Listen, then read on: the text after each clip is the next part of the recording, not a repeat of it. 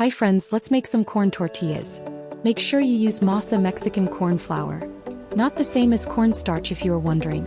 Start with throw all the ingredients into the mixing bowl. We have flour, water, oil and salt. Mix it thoroughly.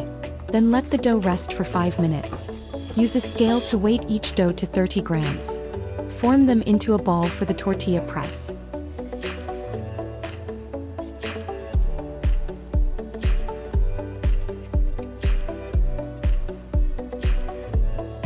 I like to use parchment paper as a liner.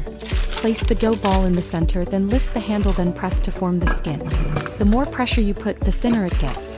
This part is up to your own personal preference. Use a non-stick pan to cook them in medium-high heat. Cook each side for roughly a minute or until cooked.